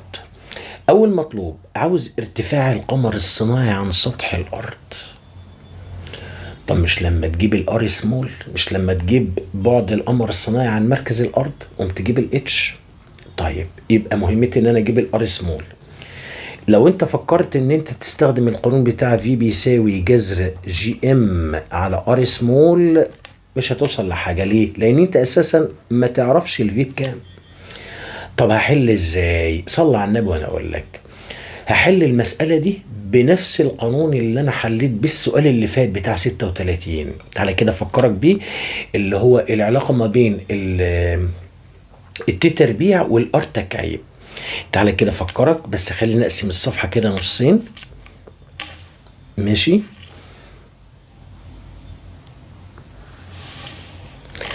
يلا القانون اللي هو ايه؟ اللي هو تي تربيع بيساوي 4 باي تربيع ار تكعيب على الجي ام. معلش الله يخليك احفظه لي، مفيش وقت ان انا ايه اوقات يعني هدوش دماغك بمعادلات رياضيه. المهم انا طلعت بالقانون ده وهحل بيه. طيب انت عاوز ايه؟ انا عاوز الار سمول، يبقى تعالى نضرب طرفين في وسطين عشان نجيب الار سمول في طرف لوحدها. تي تربيع مقامها واحد، يلا بينا. يبقى 4 باي تربيع ار تكعيب بيساوي تي تربيع في جي ام. ماشي، عايز الار تكعيب هقسم شمال ويمين على 4 باي تربيع، وهنا برضو على 4 باي تربيع. الأربعة باي تربيع هتروح مع دي، يبقى عندك الار تكعيب بيساوي تي تربيع في الجي في الام على 4 باي تربيع. طيب هناخد الجذر التكعيبي، يبقى الار بس بتساوي الجذر التكعيبي لمين؟ للتي تربيع في الجي في الام على 4 باي تربيع يساوي، هعمل شرطة كسر وهحط الجذر التكعيبي في الآخر. يبقى شرطة كسر كبيرة، التي تربيع، التي اللي هي 86,400 ثانية بس تربيع، في الجي اللي هو الرقم المحفوظ 6 على 6 7 في 10 أس سالب 11، في الام اللي هي كتلة الأرض مديها لك في المعطيات، مديها لك في المعطيات بكام؟ بكام؟ اللهم صل على النبي. 5.98 5.98 في 10 أس 24 على 4 باي تربيع. الباي اللي هي 3.14 بس تربيع، ده كله تحت الجذر التكعيبي يساوي، هستخدم الآلة الحاسبة بقى. اعمل ايه؟ انا هفتح قوسين، الجذر التكعيبي يعني اي حاجه اس تلت، يعني مثلا الجذر التكعيبي س معناها س اس تلت، تمام. فانا هفتح قوسين كده وهكتب اس تلت شرطة كسر 1 على 3، ماشي. وادخل بقى جوه القوسين اعمل شرطة كسر واحط بقى الارقام بتاعتي 86,400 تربيع في 6 علامة 6 7 في 10 أس سالب 11 سهم يمين في 5.98 في 10 أس 24، انزل سهم لتحت على 4 في 3.14 تربيع يساوي. طيب طلع معايا رقم، هاخد اي ان جي، طلعت معايا 42 وكام و26 في 10 أس 6 في 10 أس 6، ده الار. طب بس هو مش عايز الار ده فوق، عايز الاتش، مش كده؟ عايز الاتش.